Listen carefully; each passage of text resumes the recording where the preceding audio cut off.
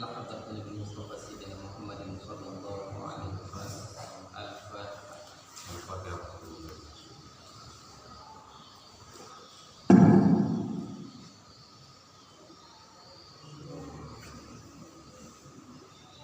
Wala hadat bisyekh yaitu al-mu'allif hadal kitab al-Syekh Asy'ari radhiyallahu anhu wa ila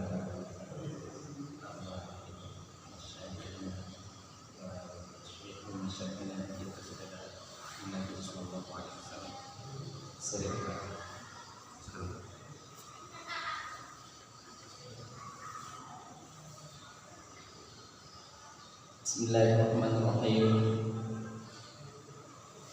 Alhamdulillahirabbil alamin.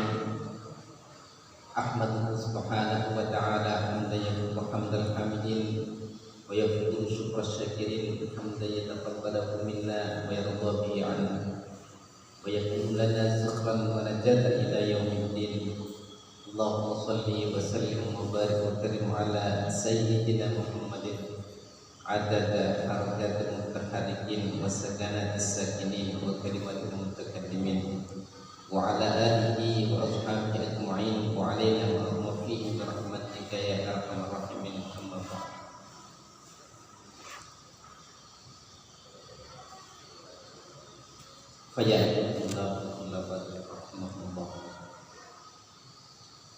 Dalam kitab lanjutan yang akan kita kaji pada malam hari ini, yakni dalam Adatul Alim Muta'allim karangan daripada Syekhuna Yahya Asy'ari almarhum.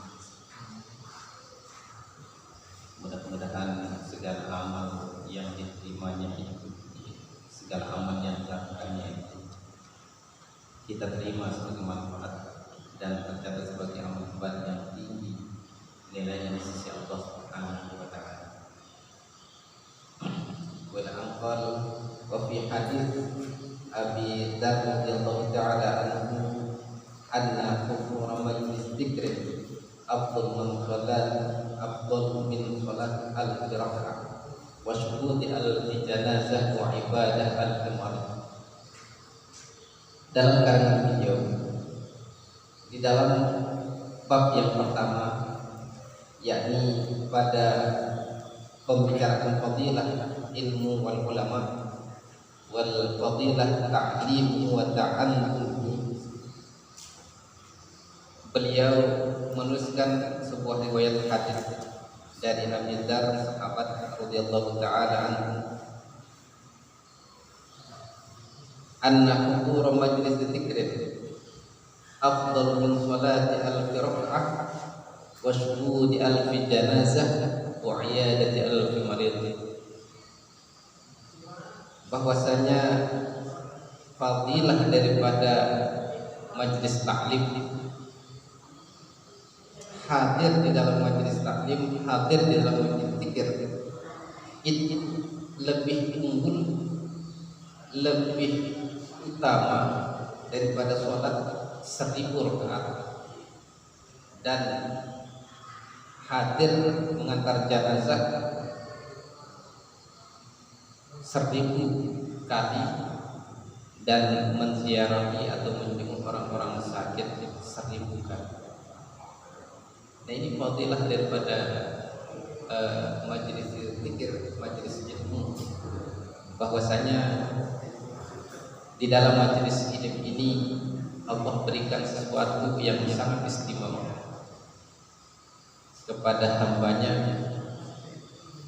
dan diperkuat juga oleh kalam daripada Umar bin Khattab radhiyallahu ta'ala anhu, anna rajula la yakhruju min manzilihi wa alayhi min ad-dhunub mithlu jabal al-dihab fa idza sami'a al-'alim khafa wastarja'a an dhunubi wa musarrafa ila manzil wa laysa alayhi dam. Umar bin Khattab radhiyallahu ta'ala anhu berkomentar tentang orang-orang yang menuntut ilmu, kalau saja seseorang itu keluar dari rumahnya membawa dosa sebesar gunung Tiham. Fa idza sami'al 'alim khafa, ketika dia mendengarkan kalam-kalamnya, nasihat-nasihatnya orang yang alim, orang yang berilmu, timbul takut di dalam dirinya, timbul takut dan tidak ingin mengerjakan dosa-dosa yang ada di dalam dirinya. Hanya mendengarkan saja. Ketika sampai di rumah, walaysa alaihi, maka tidak ada dosa dalam diri orang tersebut. Fala tufariqu majalisal ulama fa inna Allah ta'ala lam yakhluq ala wajhil ardi turbatan akrama min majalisil ulama. Maka jangan pernah, kata Umar bin Khattab radhiyallahu ta'ala anhu, jangan pernah berpisah daripada majelis-majelisnya ulama. Jangan pernah berpisah kita itu dari majelis-majelis ilmu, majelis-majelis zikir. Fa inna Allah ta'ala lam yakhluq ala wajhil ardh. Allah Subhanahu wa ta'ala tidak menciptakan di atas muka bumi ini turbatan, tidak menciptakan bumi atau tempat akram min majalisil ulama, yang lebih mulia daripada majelis-majelisnya para ulama. Jadi ini kalamnya sahabat Umar bin Khattab, yang mana memperkuat daripada hadis yang diriwayatkan oleh Abu Dzar radhiyallahu ta'ala anhu, bahwa hudur majlis zikir, hadir di dalam majlis zikir, hadir di dalam majlis ilmu, itu lebih utama, lebih unggul min sholat alfi rakaat, daripada sholat 1000 rakaat. Afdalu min syuhudi alfi janazah. Majelis ilmu itu lebih unggul, lebih utama daripada mengantar 1000 janazah. Afdalu min iyadati alfi marid, lebih utama, lebih unggul dibanding dengan menjenguk orang-orang. Bukan berarti kita harus duduk di majelis taklim dan tidak mau hadir mengantar jenazah, tidak mau hadir menjenguk orang sakit. Akan tetapi di sini dijelaskan bahwa keunggulan daripada majelis zikir, majelis ilmu itu adalah lebih dari segala apa yang kita lakukan sebagai ibadah-ibadah tambahan. Oleh karenanya Umar bin Khattab radhiyallahu ta'ala anhu menyatakan bahwa laki atau seseorang ketika keluar dari rumahnya membawa dosa sebesar gunung Tiham, imfirat, dia mendengarkan seorang alim, dan kata atau kalam daripada orang alim itu membuat dia takut akan dosa-dosanya, sampai di rumahnya itu dosanya bersih, tidak ada dosa sama sekali bagi orang tersebut. Karenanya Umar bin Khattab berpesan kepada kita, fala tufariqu majalisal ulama. Jangan pernah kita meninggalkan majelis-majelis ulama. Jangan pernah kita meninggalkan majelis-majelis ilmu, majelis-majelis zikir. Kalau bisa kita tambah. Sekarang kita hadir majelis ilmu pada waktu subuh, waktu maghrib. Ada majelis ilmu pada waktu zuhur, kita tambah pada waktu zuhur. Karena kemuliaan daripada majelis-majelis ilmu itu, Allah menyatakan, lam yakhluq ala wajhil ardi turbah akram min majalis ulama. Jadi tidak diciptakan di atas muka bumi ini sesuatu yang paling mulia selain daripada majalis ulama. Kemudian Hadratus Syekh Al-Imam Hasyim Asy'ari menuliskan di dalam kitab beliau Naqala Ansyar Masahi Al-Maliki di awal kitabih Nadmid Durah an Nabi sallallahu alaihi wasallam, bahwasanya Rasulullah sallallahu alaihi wasallam pernah bersabda, qala man a'dhamal 'alim fa innama yu'azzimu Allah ta'ala wa man tahawana bil 'alim fa innama dzalika istighfarun billahi ta'ala wa rasul. Ini peringatan bagi kita bahwa satu hadis menyatakan barang siapa yang mengagungkan, yang menghormati, takdim kepada orang-orang alim, maka pada hakikatnya orang tersebut adalah yu'adzimullah, dia adalah mengagungkan Allah Subhanahu wa ta'ala. Karena apa? Orang-orang yang meneruskan risalahnya para nabi dan rasul itu adalah ulama. Jadi pada hakikatnya kita orang-orang awam, kita ketika bertemu dengan orang-orang alim, maka sebenarnya kita tidak memiliki apapun.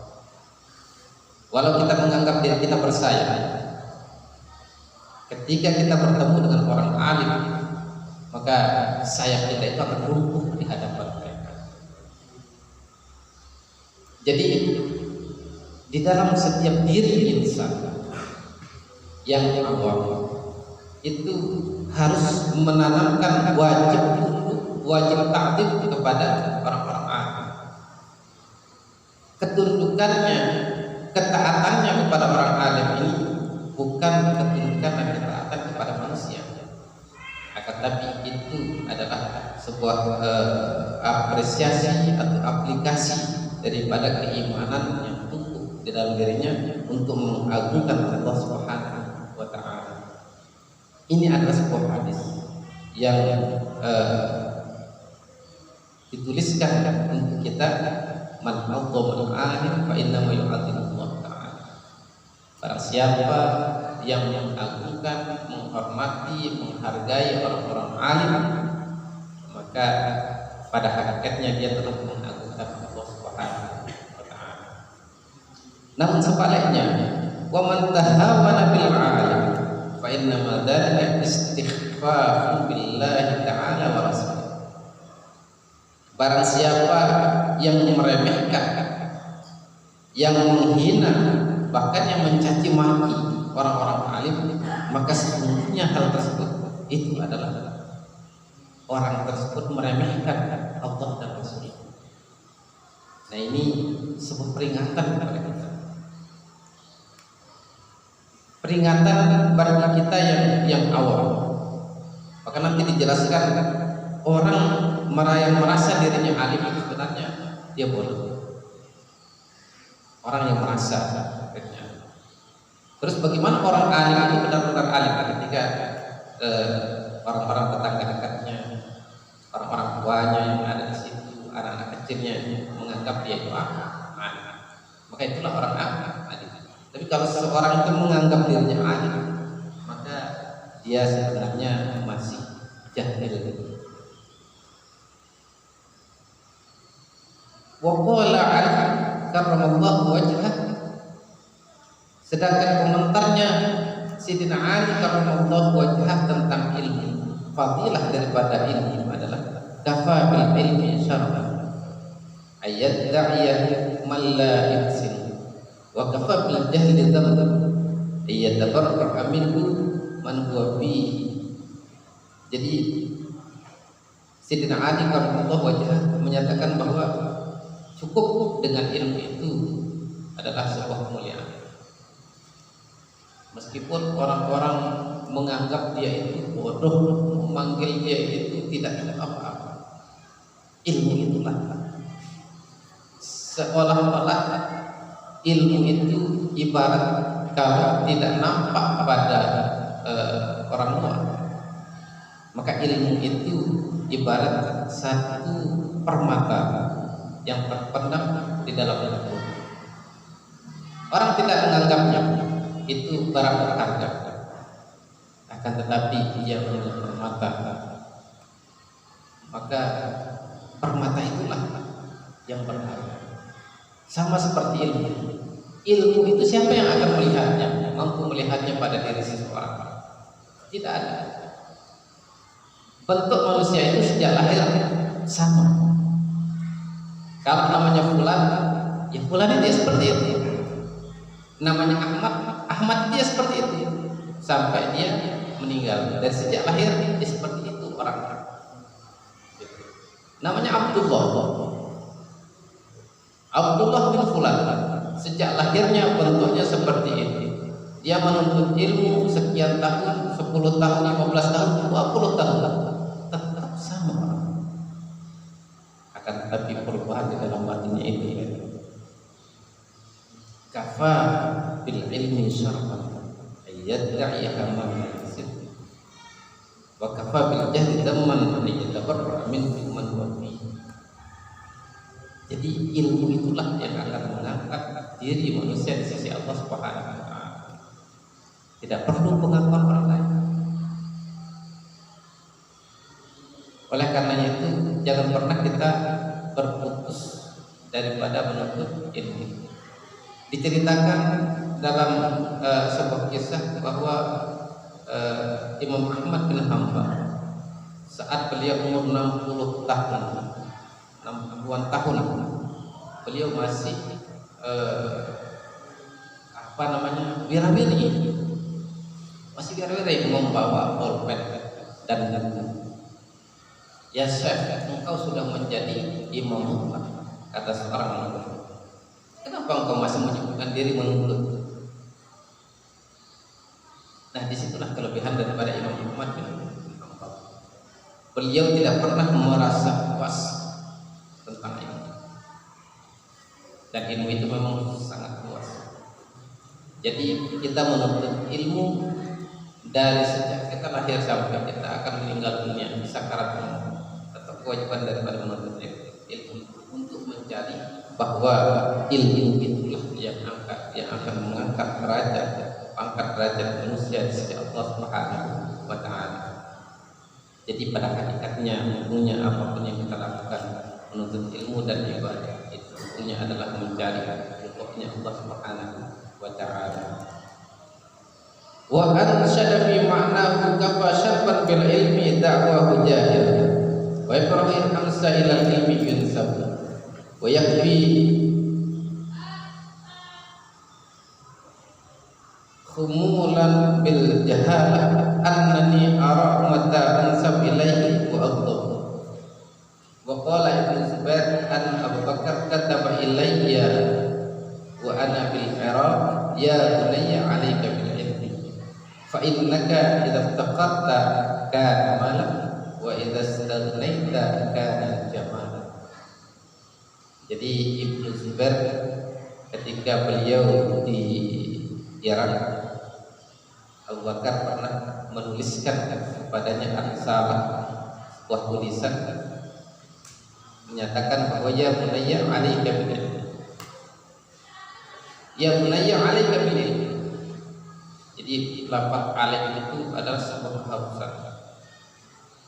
Banyak kita temukan lafaz ala yang menjadi rujukan para ulama bahwa kita adalah diwajibkan kalau lafaz tersebut menggunakan ala.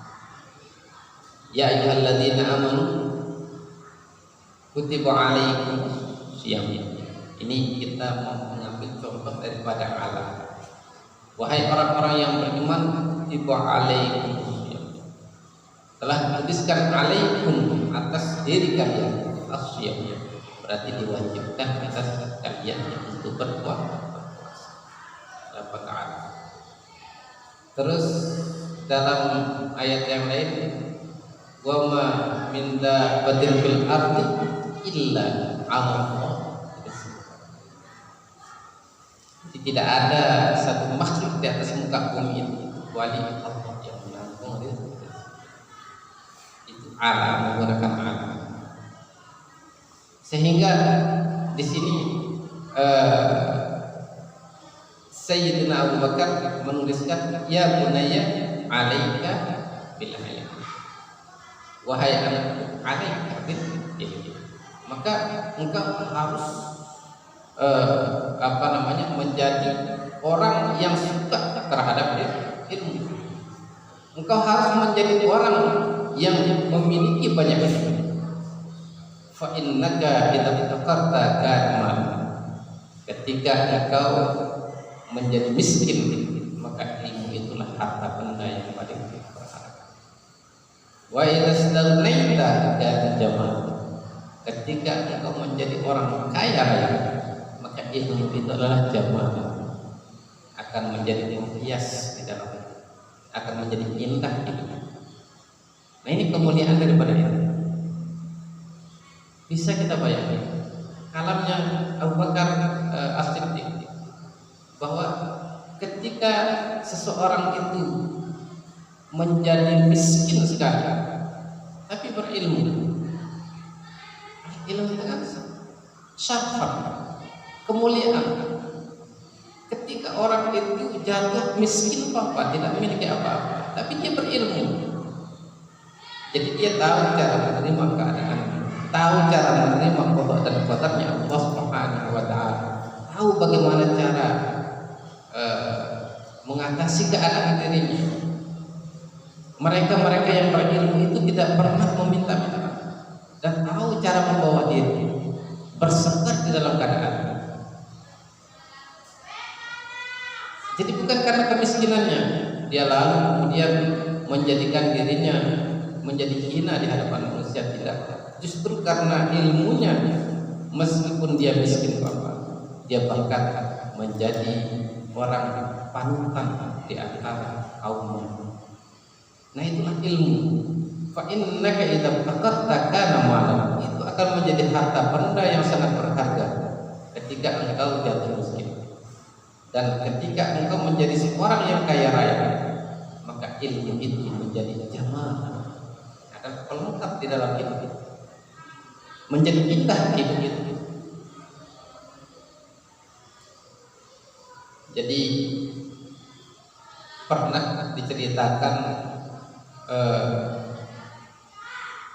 tentang seseorang, dua orang bersaudara, yang satu itu kaya raya dan yang satu itu miskin sekali. Satu kaya raya, yang satu miskin. Akan tetapi yang miskin ini adalah orang yang kurang menguasai ilmu, sedangkan yang kaya raya ini adalah orang yang menguasai dan mengamalkan ilmu. Jadi seseorang bertanya kepada yang miskin, wahai Pak Tua, kenapa saudaramu jalannya di atas permadani, tidurnya di atas sutra, di atas sesuatu yang sangat mewah, rumahnya? Apa jawaban daripada orang miskin tersebut? Ya hada, ketahuilah bahwa meskipun keadaannya seperti itu saudara begitu, akan tetapi tidak ada sedikit pun dunia di dalam hati. Saya seperti ini karena saya berharap seperti saudara. Makna yang terkandung di dalam cerita tersebut adalah ketika seseorang itu tidak menguasai daripada ilmu yang dimilikinya, maka keadaan miskinnya itu akan menghina di dalam dirinya. Jadi tidak akan pernah membantu seseorang itu kalau dia miskin di dalam lahirnya, juga miskin dalam batinnya. Miskin dalam batinnya itu adalah kurangnya daripada ilmu yang dimiliki. Akan tapi kalau dia kaya terhadap ilmu, dia orang yang banyak berilmu, maka tidak sedikit pun ada di dalam hati itu kecintaan terhadap dunia. Nah, itulah saudaranya yang kaya raya. Ketika seorang bertanya kepada saudaranya yang kaya raya, ya wahai Yasir, kenapa saya lihat engkau adalah orang yang berakal, tapi kenapa kehidupanmu gelap? Rumah mewah, kendaraan jauh daripada yang lain, di sana sini permadani, engkau gelap. Apa jawaban daripada orang yang kaya? Ya, meskipun semuanya ada di sini, andai Allah Subhanahu wa taala mengambilnya saat ini, maka niscaya tidak berkurang pun sedikit apapun di dalam hati. Saya akan terima qada dan qadarnya Allah Subhanahu wa taala sebagaimana yang telah ditentukan kepada saya. Nah, ini kalau kita simak di kisahnya siapa namanya? Kisahnya Al-Khalil Nabi Allah Ibrahim alaihissalam.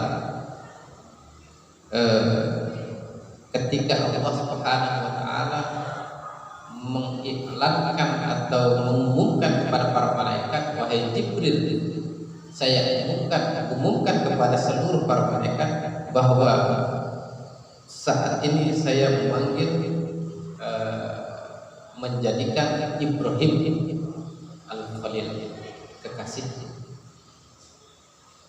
Jibril tidak serta-merta setuju terhadap apa yang dinyatakan oleh Allah Subhanahu wa taala pada saat ini. Apa yang dikatakan Jibril? Jibril berkata, wahai Allah ya Tuhan, kenapa engkau jadikan Ibrahim itu Al-Khalil? Padahal harta bendanya sangat banyak, istrinya lebih daripada saya, terus anaknya juga banyak. Allah menjawab, apapun yang dimilikinya di dalam hatinya hanya ada. Apapun yang dimiliki oleh Ibrahim itu di hati Ibrahim itu hanya ada. Kalau engkau tidak percaya, maka cobalah. Jibril turun untuk mencoba apakah Ibrahim itu benar-benar di dalam hatinya hanya Allah Subhanahu wa taala.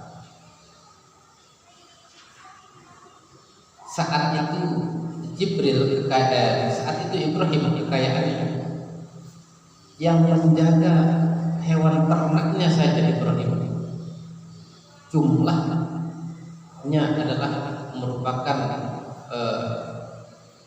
anjing peliharaan sebanyak 12.000 ekor anjing peliharaan untuk menjaga hewan ternaknya. Seseorang kalau memiliki hewan ternak misalnya sapi atau unta 12.000 ekor kaya raya. Akan tapi Ibrahim tidak. Ibrahim justru hewan peliharaan untuk menjaga hewan ternaknya itu berjumlah 12.000 ekor. Itu untuk menjaga kekayaannya saja. Jadi bisa dibayangkan seberapa kayanya Ibrahim alaihissalam. Namun demikian, karena ilmu yang dimiliki oleh Ibrahim alaihissalam, maka tidak ada satupun atau setitik pun di dalam hati Ibrahim untuk mencintai harta. Yang ada hanya Allah Subhanahu wa taala. Yang ada di dalam dirinya hanya Allah Subhanahu wa taala. Saat itulah Jibril turun untuk menjelma menjadi rupa manusia atau Ibnul Adam. Datang Jibril dalam surah manusia memberi salam kepada Ibrahim alaihissalam yang saat itu sedang melihat hewan-hewan ternak. Assalamualaikum ya Ibrahim. Waalaikumsalam, dijawab oleh Nabi Ibrahim. Wahai Ibrahim, saya adalah orang yang dalam perjalanan, dalam rantauan. Saya membutuhkan sangu, membutuhkan bekal di dalam perjalanan saya. Bolehkah saya minta salah satu daripada hewan ternak? Jibril yang meminta. Ya khair, saya senang engkau memintanya. Silahkan, tapi satu syarat. Kalau engkau bertasbih kepada Allah Subhanahu wa taala, maka saya akan berikan sepertiga daripada harta. Akhirnya Jibril bertasbih. Dilafazkan tasbih itu. Maka Ibrahim menyatakan sepertiga daripada hewan ternak saya itu bagi sepertiga. Penjaganya saja 12.000 ekor anjing. Sepertiganya untuk orang yang merantau. Terus kemudian tidak sampai di situ. Engkau telah bertasbih kepada Allah Subhanahu wa taala. Maka lapangkan tasbih 2 kali, engkau akan mendapatkan setengahnya. Jibril melafazkan tasbih 2 kali, maka engkau setengahnya, kata Ibrahim alaihissalam. Tunggu dulu, engkau telah melafazkan tasbih 2 kali, lafazkanlah 3 kali, maka engkau akan memiliki harta benda itu semuanya. Maka Jibril melafazkan tasbih itu sebanyak 3 kali. Maka Ibrahim memberikan semua harta benda yang dimiliki kepada Jibril alaihissalam. Nah, saat itulah Jibril tersenyum. Wahai Ibrahim, saya tidak mendapatkan semua itu. Saya adalah seorang utusan untuk mengujimu, kata Jibril alaihissalam. Oh tidak seperti itu. Saya telah memberikan semua harta benda saya karena Allah Subhanahu wa taala. Jadi patah untuk saya ambil kembali.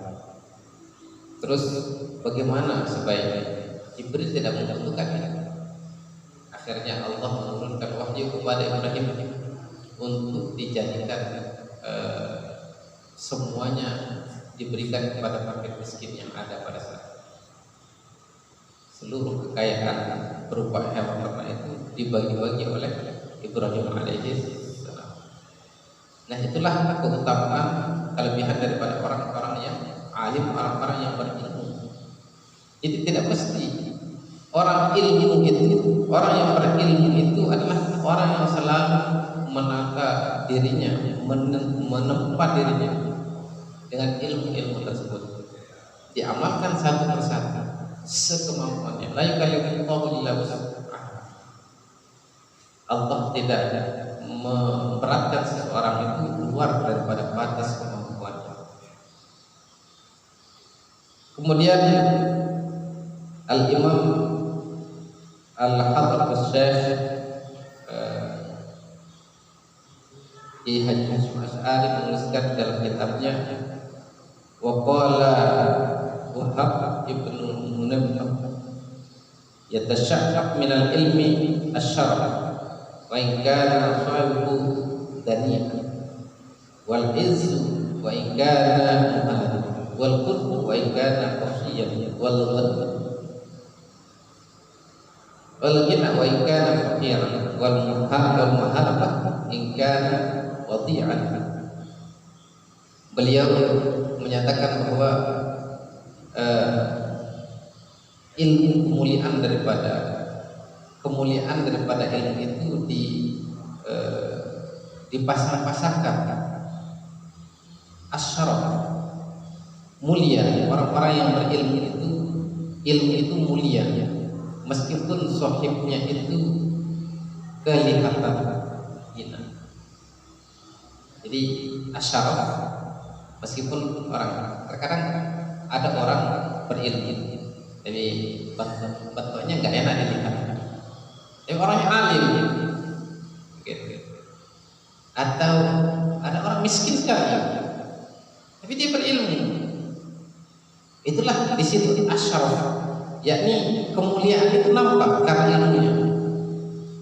Ya, kalau orang-orang yang tidak berilmu itu baru tidak bisa makan sekali udah apa-apa. Itu orang yang tidak berilmu. Baru disebut-sebut dia dalam sebuah perkara dia akan mencap-mencap.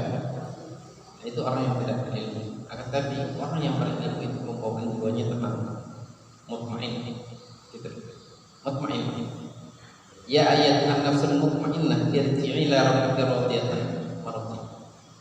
Wahai jiwa yang tenang. Jiwa yang tenang itu yang mana? Yaitu jiwa-jiwa yang memiliki ilmu, yang memiliki kemuliaan, syaraf. Karena asyaraf wa kafil betani'ah, meskipun orangnya itu adalah terlihat ilmu. Wal izz, dan ilmu itu akan menjadikan seseorang itu luhur. Wa in kana muhana, meskipun orangnya dihina, dicaci maki. Gitu.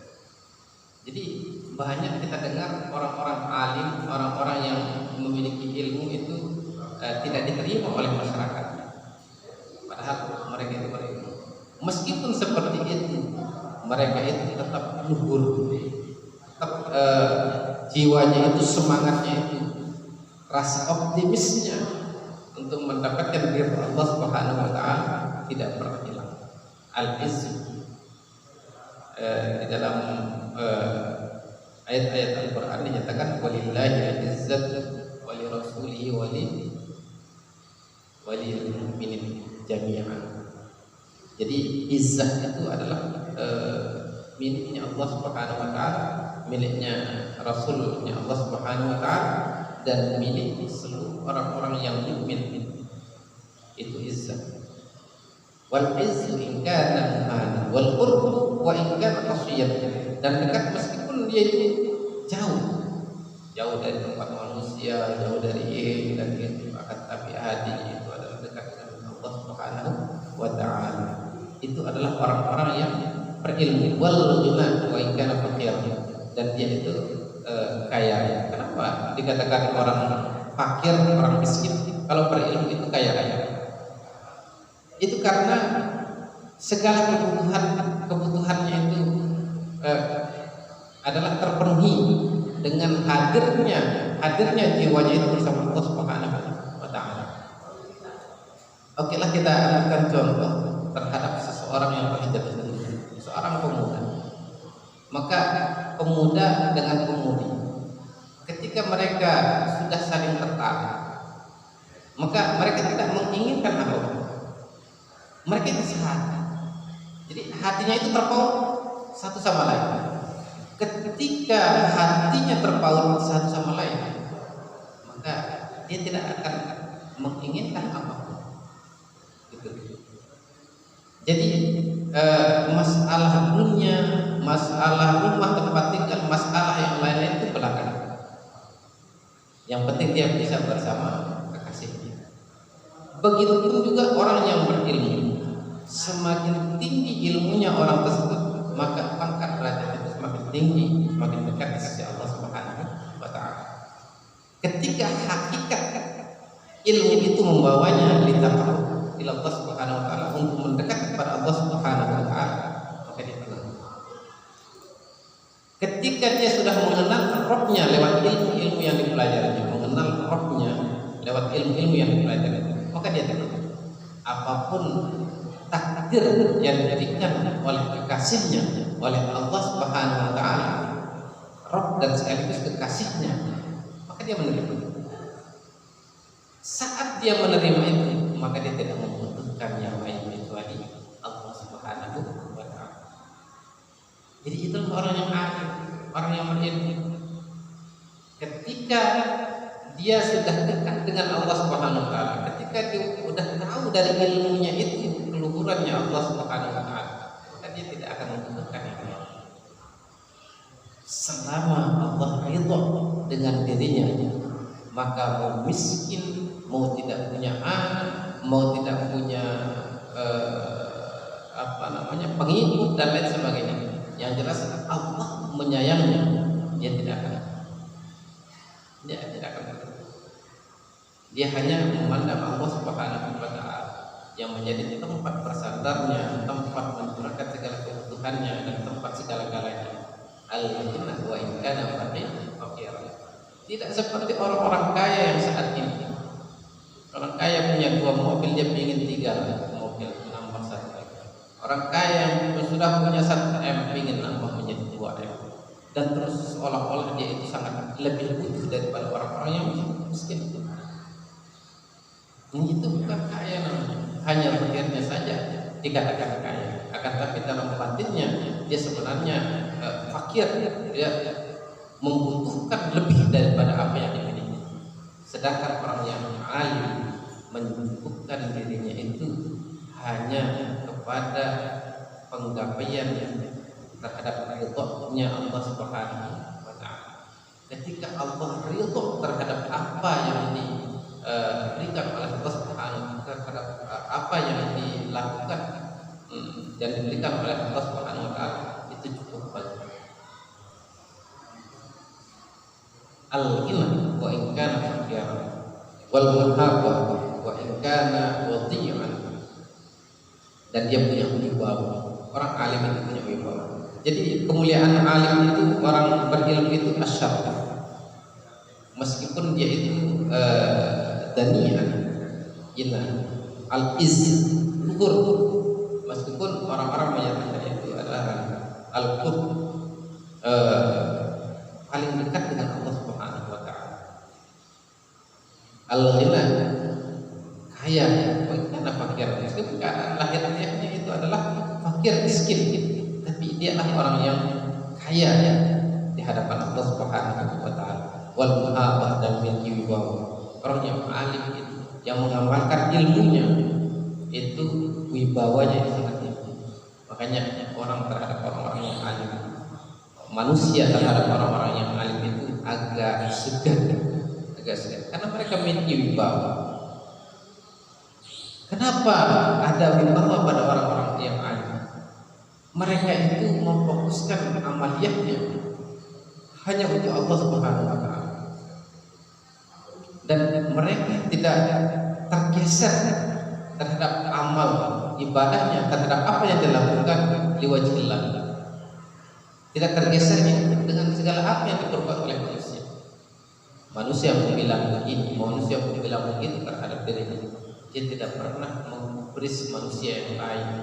Dia hanya fokus terhadap bagaimana mencari ridhonya Allah Subhanahu wa Ta'ala sesuai dengan ilmu yang dimiliki, untuk diamalkan mencapai daripada derajat yang tinggi di sisi Allah Subhanahu wa Ta'ala.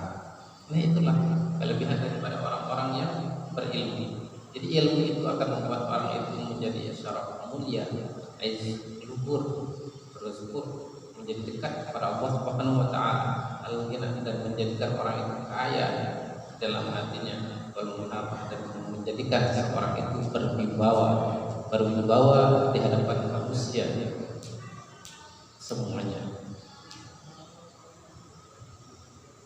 Jadi pada kesimpulannya, kita adalah orang-orang yang menginginkan kemuliaan itu.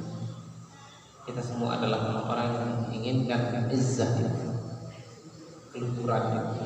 Kita menginginkan menjadi orang-orang yang dekat dengan Allah Subhanahu wa Ta'ala, menjadi orang-orang yang memiliki wibawa dan kekayaan ini.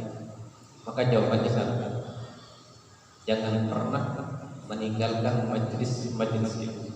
Bagaimana pesannya daripada sahabat Umar bin Khattab, dan juga pesannya Abu Bakar As-Siddiq, ya bunayya alaika bil ilmi, maka engkau harus mencari ilmu itu sampai setinggi mungkin, sebanyak mungkin, sebanyak yang bisa kita lakukan. Oleh karena itu, walau kita memiliki IQ yang rendah, tapi usahakanlah untuk selalu ada istilah. Apalagi kita memiliki IQ yang tinggi, maka usahakan apapun yang dikaji di dalam majelis taklim itu, kita harus menjadi orang yang pertama memahami dan mengamalkan segala ilmu tersebut. Fa innaka idza faqarta kana kalau engkau menjadi orang yang tidak memiliki apa-apa, maka ilmu itulah yang akan menjadi harta benda yang sangat berharga. Wa idza kana jamalan, dan bila mana engkau menjadi orang yang memiliki banyak harta, maka ilmu itulah yang akan memperindah kehidupan di dalam hidup kalian. Nah, mungkin hanya ini yang bisa saya sampaikan pada kesempatan kali ini. Mudah-mudahan ada manfaat dan kita bisa mengambil pelajaran dan hikmah dari apa-apa yang telah diberikan oleh Al-Mukarram Hadratus Syekh Kiai Haji Hasyim Asy'ari di dalam kitabnya yang berjudul Adabul Alim wal Muta'allim. Kurang lebihnya saya mohon maaf. Terima kasih atas segala perhatian. Wabillahi taufiq wal hidayah. Wassalamualaikum warahmatullahi wabarakatuh.